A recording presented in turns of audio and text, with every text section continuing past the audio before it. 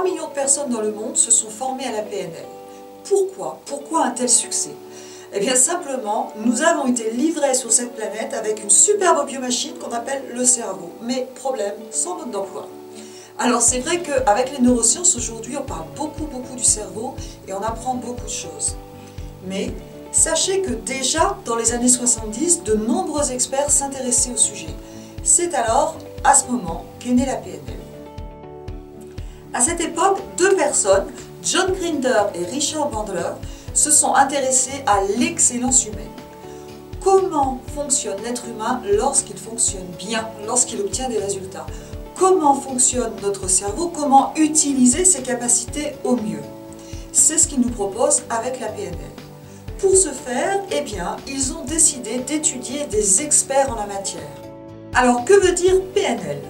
PNL veut dire programmation neuro-linguistique. Programmation veut dire que nous sommes programmés dans certains comportements.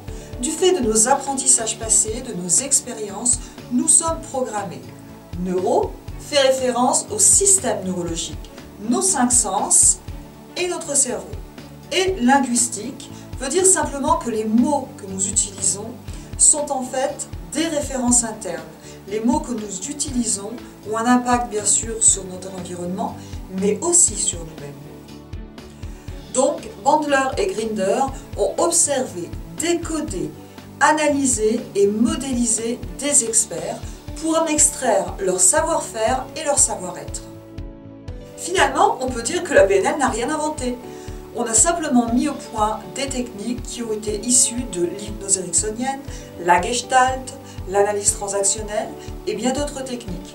L'intelligence a été de protocoliser des outils utilisés qui fonctionnent très bien. Alors à quoi vont nous servir tous ces outils? Eh bien, allez chercher vos ressources acquises dans le passé du fait de vos expériences, levez certains blocages liés à vos expériences de vie aussi.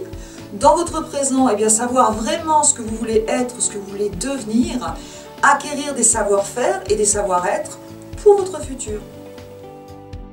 Alors, qui sont ces 3 millions de personnes qui se sont formées? Eh bien, il y a tout d'abord ceux qui ont voulu se former à titre personnel et ceux qui sont venus à titre professionnel.